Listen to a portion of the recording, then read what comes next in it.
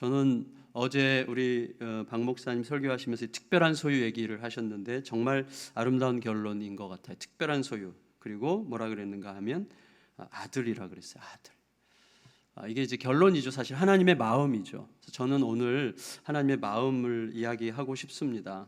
물론 우리의 두려움부터 먼저 이야기를 해야만 하는데요. 지난 목요일 말씀이 다시 한번 반복되고 있어요. 13절 보면 13절에 이렇게 말하고 있습니다. 같이 한번 또 읽어볼까요? 시작. 여호와가 이르노라 너희가 완악한 말로 나를 대적하고도 이르기를 우리가 무슨 말로 주를 대적하였나이까 하는도다. 이게 기막힌 말이에요. 그러니까 우리의 삶을 이렇게 드러내는 말이라고 생각이 됩니다. 하나님을 악한 말로 대적했어요. 하지만 자기는 대적한 적이 없다고 주장하는 거죠. 정말 심각한 문제는 완악한 말로 하나님을 대적할 수 있다고 생각해요. 저는 전에 이찬수 목사님도 막 하늘에다 삿대질을 대고 당신이 님자도 안 붙이고 하나 당신이 이랬다고 그렇게 욕했다고 하는데, 저는 그럴 수 있는 우리의 연약함 또 그런 마음을 주님이 충분히 아시고 저는 받아주실 거라고 생각합니다. 대적할 수 있다고 생각이 돼요. 그러니까 대적한다는 말을 어떻게 우리가 이해하느냐에 따라서 다르겠는데 대들 수 있죠. 속상해서 원통해서 막 하나님께 원망을 쏟아부을 수 있다고 생각이 됩니다. 그런데 그것보다 좀 더 심각한 게 뭐죠? 내가 무슨 말로 주를 대적했느냐고 대드는 그 태도죠. 그게 더 심각해. 항상 그게 더 심각해요. 잘못할 수 있지만 내가 뭘 잘못했는데 라고 생각할 때 그게 진짜 심각한 거죠. 여러분, 하나님께서 너가 나를 대적했다 이렇게 말씀하시면 내가 미처 생각하지 못한 뭐가 있지? 자신을 들여다보고 내가 기억하지 못하고 있는 게 뭘까? 이렇게 고민하고 생각하는 게 마땅하죠. 우리들 생각에서. 근데 그렇게 안 하는 거예요. 누가? 제가, 우리가. 끝까지 내가 옳아야 돼요. 끝까지 내가 옳다고 생각하는 습관이 있어요. 우리들에게는. 하나님은 분명히 너 그렇게 했잖아 그러는데 아니라는 거예요. 끝까지. 왜냐하면 제가 생각해 봤어요. 왜냐하면요, 우리는 어떤 행동을 하고 생각할 때 계속해서 나에게 설명하고 설득하면서 우리 행동하거든요. 나에게 설명하고 나에게 계속 설득하면서 이게 옳을 거라고 계속 설명해서 내가 내 자신에게 설득받았기 때문에 나는 틀린 게 없다는 결론 하에서 항상 사람들을 대하는 거더라고요. 그게 무서운 과정임을 알게 됩니다. 결과적으로 단순하게 말하면 하나님 앞에 내가 뭘 하나님을 그렇게 대적했습니까? 내가 뭐 그렇게 잘못했습니까? 라고 하나님 앞에 대드는 이유는 하나님을 1차적으로 멸시하는 것이고 동시에 자기가 하나님보다 더 정확하고 더 옳다는 확신 때문이죠. 그래서 항상 그게 문제예요. 그래서 나는 옳다. 이게 가장 심각한 문제 같아요. 지난주 주일날 양 목사님 계속 반복해서 얘기했잖아요. 나도 틀릴 수 있다. 참 그거 별거 아닌 것 같은데 굉장히 중요한 주제입니다. 우리들 삶이 굉장히 중요한 주제죠. 저는 오늘 말씀의 첫 번째 제목을 가장 두려운 것, 내가 옳다는 확신 이렇게 정했어요. 여러분, 내가 옳다는 확신이 어느 정도로 무서운가 하면 나중에는 하나님께서 무슨 말씀을 하셔도 하나님의 말씀과 생각보다 자기 확신이 더 옳다고 주장할 정도로 무서운 거죠. 그게 무서운 이유는 그런 주장이 이해되지 않는 면이 없는 것은 아니라는 것 때문에 두려운 거예요. 이해되기 때문에 두려운 거예요. 사실은 제가요 30년 전에 제가 결혼하기 전에 세 커플이 같이 성경 공부를 했었어요. 제 아내 이제 결혼하기 전이고 또 다른 세 커플이 이렇게 성경 공부를 재밌게 했었는데 그 중에 이제 선배 한 분이 있었어요. 그분이 한 10년 전쯤에 저에게 문자를 보냈어요. 갑신아, 나 하나님 버렸다. 오늘부터 그냥 한 인간으로 살 거다. 그리고 그게 끝이었어요. 예. 저는 솔직히 두 가지 마음이 들었어요. 얼마나 삶이 고통스러우면 그랬겠는가, 이런 마음이 살짝 들었고 더 크게 든 거는 좀 가짜않게 들렸어요. 좀 죄송해요. 그분에게 정말 죄송하지만 사실은 제가 의지적으로 생각해 보면 얼마나 자기 삶이 고통스러우면 그랬을까. 또 늘 이제 사회 문제에 관심이 많은 분이었는데 시대의 고통과 슬픔에 답하지 않는 것 같은 하나님이 얼마나 실망스러우면 그랬을까. 왜 하나님은 이렇게 불의하고 추악한 세상 한가운데서 아무것도 하시지 않는 것 같은가라는 생각 속에서 너무나 한탄을 하신 거죠. 예, 이해가 돼요. 그런데 생각하면 생각할수록 그 깊은 슬픔과 탄식보다 더 깊은 밑바닥에 뭐가 있는가 하면 너무나 견고하고 은밀한 자기 확신의 교만이 있다는 것을 느끼는 거죠. 여러분, 이런 현실을 내버려 두는 하나님보다는 이런 현실이 틀렸다고 보는 내 생각이 더 옳다고 확신하는 거죠. 그러니까 하나님을 버렸다고 말하는 거죠. 그러니까 이 생각, 결국요 에덴 동산에서 그 아담의 본성, 이거 수시로 하나님보다 높아지려고 하는, 하나님을 이겨먹으려고 어설픈 욕망을 부렸던 아담의 심장이 여전히 제 안에서도, 우리들 안에서 쿵쾅거리는 거죠. 항상 그래서 내가 하나님보다 옳아야 돼요. 항상 이거 우리 싸움이거든요. 하나님은 이 현실을 허락하고 계시는데 나는 이건 아니잖아요 라고 말하면서 결국은 떠나버리는 경우들도 생기는 것이죠. 그러니까 이 현실을 이렇게 허락하시는 하나님의 뜻을 헤아려 알기에는 너무나 지치는 거죠.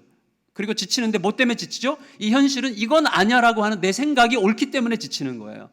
굉장히 힘든 거죠. 이 사이에 우리가 늘 끼어 있다고 생각이 됩니다.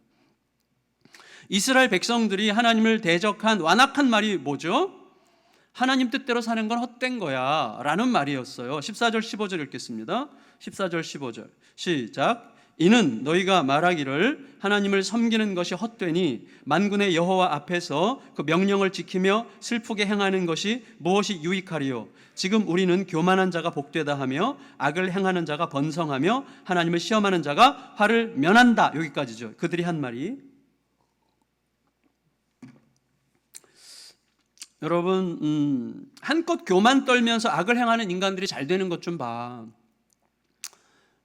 정말 하나님 뜻대로 살려고 하는 사람들 너무 힘들게 살잖아. 뭐 이제 이런 거죠. 하나님을 시험하는 자들이 사방에 널려 있고, 특히 하나님을 멸시하는 이방 제국들은, 이스라엘은 이렇게 초라하게 찌그러져 있는데 이방 제국들은 지금 막강한 군사력과 경제력을 휘두르면서 하나님의 백성들을 위협하고 있는 이 마당에 하나님은 무기력하게 침묵하고 계시는 거 아닙니까? 이렇게 이제 이야기하는 거예요. 그런데 하나님께서는요, 이들의 이런 불평보다 더 심각하게 보시는 현실이 있어요. 그게 뭐냐면 바로 이스라엘의 마음이죠. 하나님은 지금 결국 마음을 보시는 거죠. 마음. 우리가 막 누가요 제 앞에서 막 원망하고 불평하고 막 불평하는데 그 마음이 읽혀지잖아요. 아, 이분은 정말 잘하고 싶어서 저러는 거야 라는 마음이 읽혀지면 그 불만과 원망과 이런 것들이 다 들을만하지 않겠습니까? 물론 제가 그렇게 막 성숙한 사람은 아니에요. 하지만 정말 성숙한 사람이 계시다면 그분은 그 사람이 막 불평과 원망을 하고 막 화를 내고, 그럴 수 있습니까? 막 화를 내더라도 그 마음을 이렇게 읽을 수 있으면 받아들여지는 거죠.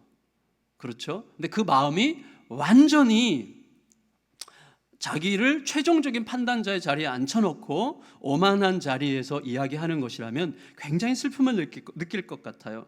왜냐하면 여러분 보세요. 이들은 하나님 앞에 실망했다고 말했어요. 하나님은 더 이상 신뢰할 수 없는 분이라고 소리치고 있어요. 정작 자신들은 어떻습니까? 정작 자신을 돌아보지 않고 있잖아요. 자신은 하나님과의 언약을 헌신짝처럼 버린 자들이에요. 그리고 쓰레기 같은 제물을 하나님 앞에 드리고 있어요. 드리면서 그렇게 쓰레기 같은 제물을 하나님 앞에 드린다는 것은 무슨 뜻입니까? 마치 우리에게 해주는 대로 해드리는 거예요. 하나님이 우리한테 해준 대로 해주는 거니까 이거라도 감지덕지한 마음으로 받으셔야 되는 거 아닙니까? 우리 현실에 비춰본다면 이것도 잘해 드리는 거라고 할 수 있어요. 내가 나와주는 것만 해도 고마워해야죠, 하나님. 뭐 이런 식의 태도를 취하는 거 아니에요? 똑같은 거죠. 그런 태도예요. 근데 그들의 태도에 대한 하나님의 답변은 학개서에 굉장히 잘 나와 있어요. 학개서 요약하면 딱 이거예요. 현실이 힘들어서 너희가 나를 떠난 게 아니라 너희 마음이 나를 먼저 떠남으로 나를 떠난 결과가 너희 현실에 임한 거라는 사실을 기억해라.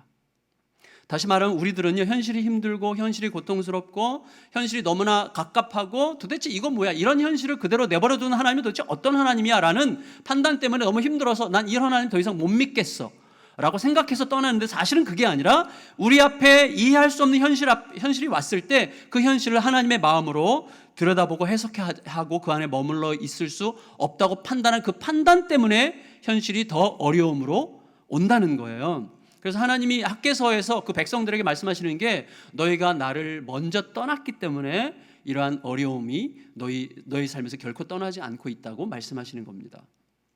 그러니까 우리가 하나님과의 관계 속에서 항상 깊이 우리들의 마음이 가닿아야 되는 곳이 어디냐면 마음이에요. 마음. 하나님의 마음, 그리고 하나님 앞에 나는 어떤 마음인가, 이 부분을 할 생각. 뭘 했느냐 안 했느냐는 2차적이에요. 그 대표적인 이제 그 하나님의 마음을 잘 표현하는 것 중에 하나가 바로 어제 본문에서 다뤄졌던 11조 문제죠. 11조 문제. 오늘 약간 부연 설명을 하면 좋겠어요. 제 개인적인 깨달음인데, 어제 본문의 11조 이야기를 박철홍 목사님이 정말 가장 합당한 정석대로 아주 명확하게 말씀을 잘 해주셨다고 생각합니다. 핵심이 뭐예요? 핵심? 여호와께로 돌아오라는 말씀이죠. 여호와께서 돌아와라. 여러분, 하나님께로 돌아간다는 말은 저는 이렇게 생각해요. 매 순간 하나님 앞에 있어라. 언제 어디에서 무엇을 하든지 하나님 앞에만 있어라, 그 말이죠. 사도 바울 선생님은 이것을 어떻게 표현하는가 하면 무슨 일을 하든지 죽게 하듯 하라 그랬어요. 제가 그 목사 생활하면서 약간 슬픈 것 중에 하나가 있어요. 그게 뭐냐면 성도들이 저를 대할 때와 그들끼리 대할 때가 굉장히 다르다는 거예요. 그건 저에게는 슬픔입니다. 네. 저를 대할 때는요, 진짜 한없이 천사예요. 근데 성도들끼리 대할 때는 너무 쉽게 말하고 너무 쉽게 군림하려고 하고 너무 쉽게 이거 길을 잡으려고 하고 이러는 모습을 저는 못 봤어요. 근데 그렇다고들 하더라고요. 그리고 언뜻 그런 모습을 보게 될 때 놀랍게 되는 거죠. 사실은 뭐 저도 모르는 사이에 그럴 수 있을 것 같아요. 근데 사도 바울 선생님은 무슨 일을 하든지 죽게 하듯 하라. 이게 여호와께로 돌아오라는 거예요. 여호와께로 돌아오라. 항상 하나님께서 하시는 것처럼 하라. 항상 하나님께 하듯 하라. 하나님의 뜻이 거기에 충분히 나타나도록 행동하라. 그 말이죠. 그래서 에베소서랑 골로새서에서 여러 번 반복했어요. 죽게 하듯이란 단어를 굉장히 여러 번 반복합니다. 하나님과 같은 마음을 품으라는 거죠. 그렇다면 여러분 보세요. 그게 돈 씀씀이 뿐입니까? 11조 얘기를 했는데 돈 씀씀이 뿐이 아니잖아요. 시간 씀씀이. 여러분 시간도 마찬가지 아니에요? 내가 중요하다고 생각하는 사람에게 시간 쑥쑥 내잖아요. 근데 내가 별로 중요하다고 생각하지 않는 사람들에게는 시간 엄청 안 내잖아요. 당연한 거예요. 이건 당연한 거죠. 그렇죠. 그런데 내가 중요하다고 생각하는 그 사람이 누구냐는 거예요.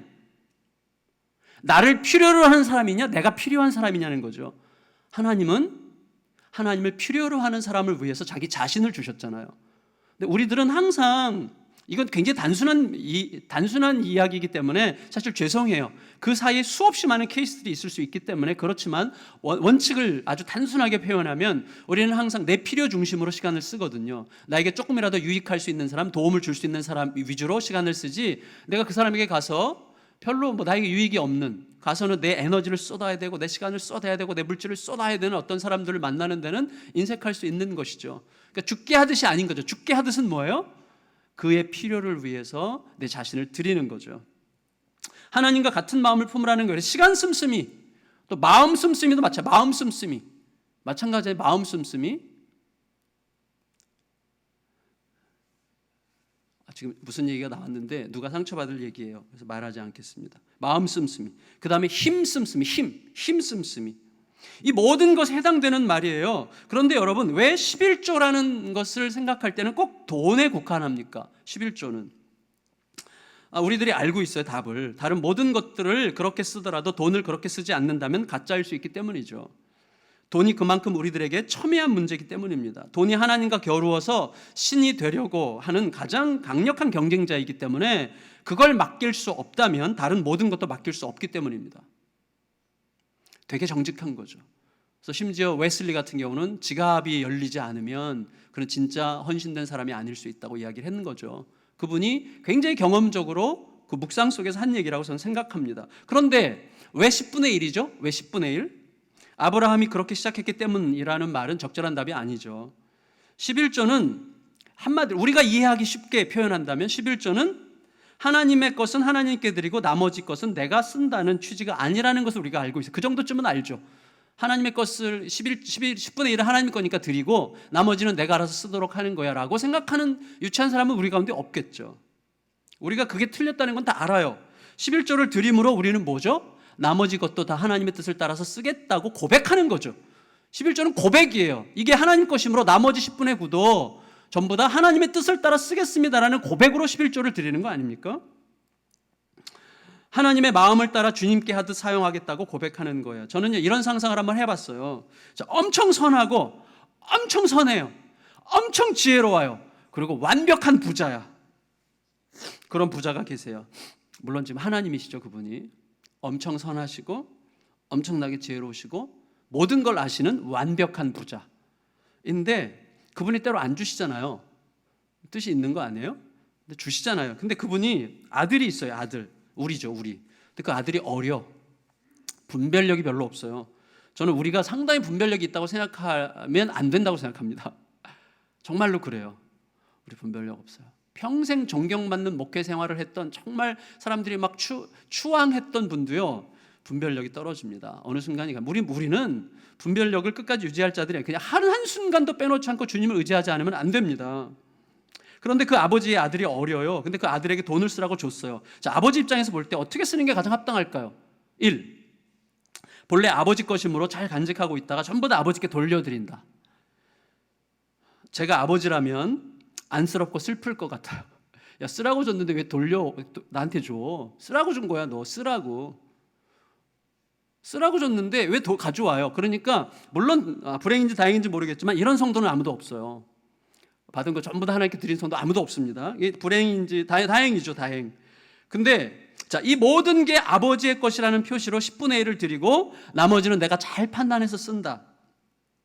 대부분의 성도의 삶이라고 저는 생각합니다. 물론 10분의 1을 주님께 맡기는 것도 힘든 성도들이 있을 거라고 생각이 돼요. 근데 제가 아버지라면요, 그런 태도는 되게 불안할 것 같아요. 왜냐하면 우리는 잘 판단해서 알아서 쓸 수 있는 판단력이 턱없이 부족한 어린 아들이기 때문이에요. 저는 알아요. 제가 이게 어떤 때 객기 부려워서 지출할 때가 꽤 있다는 걸 압니다. 객기로. 그럴 땐 정말 하나님의 뜻을 묻지 않고 쓰는 거죠. 항상 그때는 문제가 있어요. 그런데 불행하게도 이제 이런 종류의 성도들이 제일 많은 거죠. 세 번째, 마지막. 전부를 다 아버지께 여쭤보면서 아버지가 나에게 맡기신 뜻이 무엇일까를 기도하는 마음으로 쓴다. 전부를 다. 저는 딩동댕입니다. 딩동댕. 가장 이상적이에요. 이게. 전부를 다 하나님이 나에게 맡기셨으면 하나님은 어떤 뜻으로 이것을 맡기셨을까? 라는 것을 깊이 헤아려 생각하면서 쓰면 저는 그게 가장 이상적이라고 생각합니다. 우리 모두가 이럴 수 있다면 최고예요. 그래서 막 이거 쓰다 보니까 가만히 보니까 교회 보니까 목사님들이 굶고 있는 것 같아. 그러니까 또 헌금도 하고 뭐 이렇게 하면 얼마나 좋겠어요. 그러나 저는 이런 생각을 합니다. 우리는 하나님께 여쭙더라도요, 언제든지 자신의 주관적 판단과 하나님의 뜻을 혼돈할 수 있는 자들이에요. 우리는 자신을 믿을 수 없어요. 제가 거듭 지금 말씀드리는 것입니다. 저는 저를 못 믿습니다. 진짜로. 제가 제 자신을 믿을 수가 없는 거예요. 하나님 앞에 한순간도 의지하지 않으면 안 된다는 것을 정말 절실하게 갈수록 더 많이 느끼게 됩니다. 그래서 주님께서 우리가 언제든지 틀릴 수 있기 때문에 주님께서 주신 게 있어요. 선물이. 이게 뭐죠? 공동체예요. 사실 오늘 본문이 공동체로 끝나요. 본문이. 그게 너무 좋아요. 공동체로 끝나요. 여러분, 공동체에서 함께 묻는 게 너무나 중요해요. 그래서 교회가 건강한 공동체를 갖는 게 너무나 중요한 것 같습니다. 어떤 사람은 공동체 안에서 이렇게 얘기하는 분들이 있어요. 아니, 그럼 전부 다 하나님께 여쭤보면서 하나님께서 나에게 주신 뜻이 무엇일까를 여쭤보면서 쓰면 되는 거지 11조를 왜 합니까? 라고 공동체원들에게 주장하듯이 말하는 분들도 계실 거예요. 즉 저는 그 사람은 그 주장이 틀려서가 아니라 그렇게 주장하기 때문에 위험한 사람이라고 생각합니다. 여러분, 여러 번 말씀드렸죠. 제가 제 아내에게 옳은 말을 했는데 그 옳은 말은 절대 틀리지 않습니다. 근데 그 옳은 말을 아내에게 강하게 얘기할 때 틀린 거예요. 그 무슨 뜻인지 아시겠어요? 자, 고린도서에서 사도 바울 선생님이 공동체 삶에서 굉장히 중요한 게 뭐라고 얘기했습니까? 자, 우상에게 바쳐진 음식 믿음으로 먹으면 먹을 수 있다. 그러나 내가 먹을 수 있는 사람이야 나는 이라고 말할 때 그건 죄예요. 연약한 자, 그리고 이렇게 이렇게 말함으로써 그 말을 받아들이기 어려운 사람들에 대한 깊은 배려, 그에게 가서 그와 함께 있는 배려가 내 속에 전혀 없기 때문에 그건 뭐예요? 내가 옳다는 자기 확신의 자기 주장이기 때문에 이거는 아담적 범죄예요. 항상 그게 문제입니다. 항상 내가 무슨 틀린 말 했어? 제가 몇 번 말씀드렸죠. 이게 내가 무슨 틀린 말을 했어? 내 말이 뭐가 틀렸어? 라는 말은 틀리지 않았어요. 맞아요. 그런데 내 말이 뭐가 틀렸어라고 말하기 때문에 틀린 거예요. 상대방의 마음을 헤아리지 않잖아요. 이런 부분이 우리 속에 굉장히 예민하게 내 속에 점검돼야 됩니다. 성도 여러분, 우리가 늘상 주의해야 돼요. 무엇이 옳다는 사실을 말할 때 그렇게 말할 수 있는 내가 그렇게 말하지 않는 자들보다 더 우월하고 옳다고 주장하는 태도에 은밀한 자기 주장의 죄가 있다는 사실 때문에 굉장히 주의해야 됩니다. 따라서 저는요, 겸손히 주님의 공동체에 함께 귀를 기울이는 것이 굉장히 중요하다고 생각해요. 제가 갈수록 내가 작아져야 되는구나, 내가 약해져야 되는구나, 내가 말을 적게 해야 되는구나, 내가 말을 세게 하면 안 되는구나. 설교할 때는 어쩔 수 없이 선포를 하는 거니까 세게 해야 되지만, 사실은 성도들과 이야기할 때 이제 정말 더 많이 하나님께서 깨닫게 하시는데 아직 잘 못하는 게 많죠. 왜냐하면 하나님이 함께 있게 하신 이유는 있어요. 들으라고 주신 거예요. 들으라고. 여기 있는 분들은 제 말 들으라고 있는 분이 아니라 함께 들으라고 있는 것 같아요. 따라서 겸손히 주님의 공동체에 귀를 기울이는 게 굉장히 중요해요. 자, 제가 단언하건대 주님께서 어떻게 생각하실지 모르겠어요. 근데 저는 마음속에는 여기까지는 확신이 됐어요. 뭐냐면 주님은 11조를 했느냐 안 했느냐 가지고 심판하지는 않으실 거라고 확신합니다. 근데 중요한 것은 어떤 마음으로 했느냐. 우리 교회 초기에 한 분이 한 3년 전에 한 분이 이쪽 해병대 사령부 저수지 옆에 큰 저택을 짓고 사시는 분이 계신데 그분이 등록하고 싶다고 오셨어요. 11조가 1,800만 원이에요. 매달 1,800만 원씩 헌금을 하시는 분이세요. 근데 그거를 저에게 얘기를 하시더라고요. 그래서 제가 굉장히 고민했습니다. 이분이 오면 걱정이구나. 그래가지고 밥 먹는 자리에서 제가 자기 자랑하는 사람, 자기 의를 내세우는 사람을 너무 힘들어해서 개척한 거거든요. 이렇게 얘기했어요. 그래서 그 다음 주부터 이제 안 나오셨는데, 사실은 저의 마음속에 이거 사실은 되게 예민한 문제예요. 제가 또 잘했는지 이게 또 잘한 건지 그런 식으로 말한 게 저도 사실은 약간 일본 말로 곤조를 부린 거일 수도 있는 거거든요. 그러니까 사실은 이게 참 조심스러워요. 굉장히 조심스러워요. 그런데 중요한 건 뭐냐면 11조를 했느냐 안 했느냐를 가지고 심판하지는 않으시겠지만 어떤 마음을 가지고 했느냐는 굉장히 중요한 거죠. 그리고 어떤 마음을 가지고 안 했느냐도 굉장히 중요한 거죠. 결국 마음이에요. 내가 어떤 마음을 가지고 했느냐, 어떤 마음을 가지고 하지 않았느냐죠. 그걸 물어야 돼요, 우리들은. 그 마음은 우리가 누구보다 잘 알고 우리보다는 주님이 더 잘 아시죠.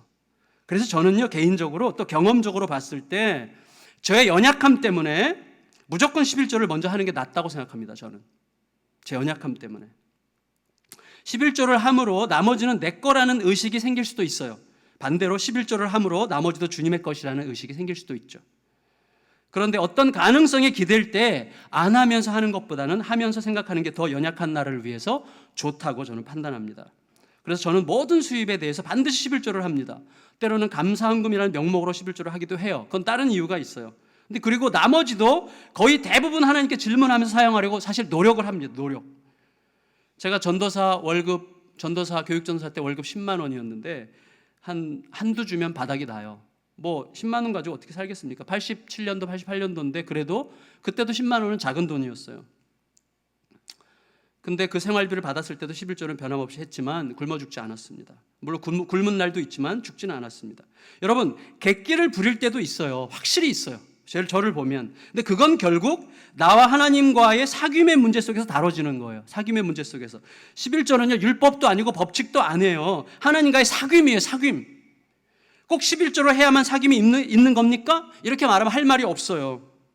저는 11조를 해야만 사귐이 있는 거라고 생각하지 않습니다.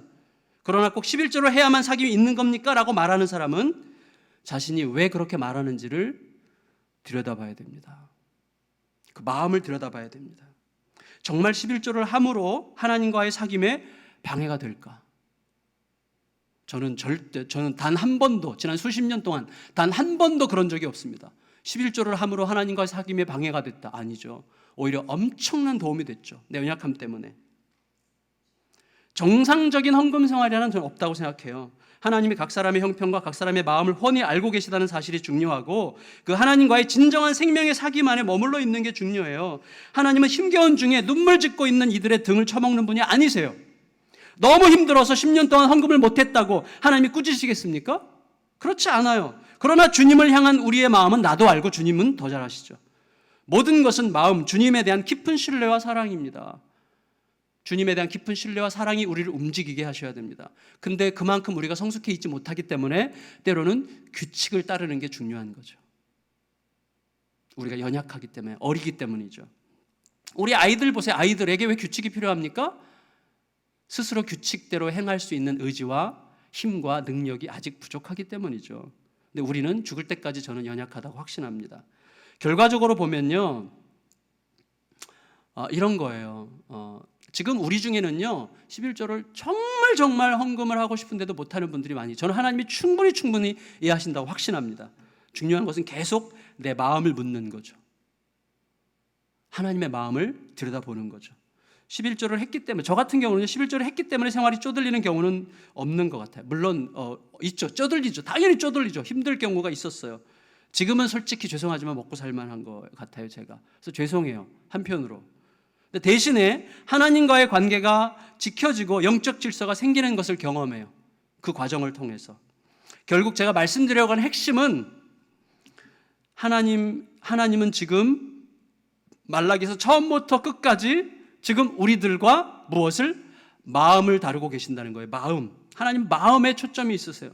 이스라엘은요, 눈앞에 전개되는 현실을 보고 하나님을 향한 마음을 결정했어요. 현실이 고통스러우니, 현실이 너무나 힘드니, 현실이 이해되지 않으니 하나님을 향한 마음도 왜곡되고 찌그러지는 거예요. 그러니까 현실이 하나님에 대한 나의 마음을 결정하게 했어요. 그렇죠.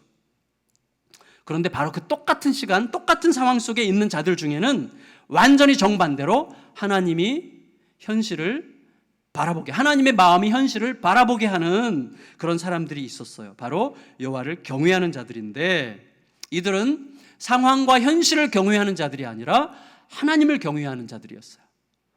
자, 우리가 상황과 현실을 경외하느냐, 하나님을 경외하느냐, 그 사이에 놓여 있습니다. 16절 읽겠습니다. 16절 시작. 피차의 말하매 여호와께서 그것을 분명히 들으시고 여호와를 경외하는 자와 그 이름을 존중히 여기는 자를 위하여 여호와 앞에 있는 기념책에 기록하셨느니라. 여러분, 이들은 피차에 말해요. 피차에. 자, 이게 전 너무 좋았어요. 피차에 말한다. 서로 말하는 공동체가 있어요, 이들에게. 그 공동체를 가지고 있는데 공동체 안에서 서로를 격려하면서 이렇게 말하고 있어요. 야, 하나님은 귀먹지 않으셨어. 하나님은 눈 멀지 않으셨어. 하나님은 반드시 듣고 계시고 모든 것을 다 보고 계셔. 지금 우리 현실은 이해할 수 없을 만큼 힘들어. 그럼에도 불구하고 우리 현실이 우리에게 대답하게 하면 안 돼. 하나님이 우리에게 대답하실 거야. 이런 일들이 지속되는 것에는 반드시 그분이 기다리고 계시는 뜻이 있을 거야. 하나님은 끝내 우리를 기억하고 계실 거야. 이렇게 서로 피차에 격려하면서 지금 말하고 있다는 것을 지금 주님께서 기억하고 여기에 기록하게 하신 거죠. 여러분, 눈물겨운 말이죠. 기다리다 병든 이들, 기다리다 죽은 이들도 있을 거예요. 그러나 끝내 기다려요. 그런데 그들의 말을 하나님께서 귀 기울여 듣고 기록하라고 하시는 거예요. 이 대목에서 우리는, 저는 생각해요, 성도들이 그럼 기다리지 않고 자기 방식대로 해버리면 잘 살 것 같은가? 저는 그렇지 않다고 확신합니다. 그런데 드디어 이렇게 기다리는 자들에게 하나님께서 하나님의 말씀이 임해요. 자, 결론 읽고 마칠게요. 17절 18절 시작. 만군의 여호와가 이르노라. 나는 내가 정한 날에 그들을 나의 특별한 소유로 삼을 것이요 또 사람이 자기를 섬기는 아들을 아낌같이 내가 그들을 아끼리니 그때 너희가 돌아와서 의인과 악인을 분별하고 하나님을 섬기는 자와 섬기지 아니하는 자를 분별하리라. 여러분 보세요. 더 이상 설명이 필요 없는 말씀입니다. 하나님이 정하신 날이 있어요.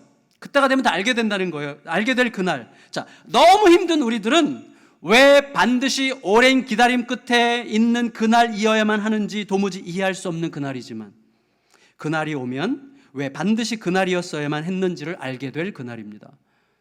하나님께서 그날을 갖고 계세요. 지금은 왜 그날이어야 되는지 너무 답답해요. 그러나 그날이 되면 그래서 이 날이어야만 했구나라는 것을 반드시 알게 될 것입니다. 그날에 하나님은 끝내 기다린 자들을 자신의 특별한 소유로 삼으실 거예요.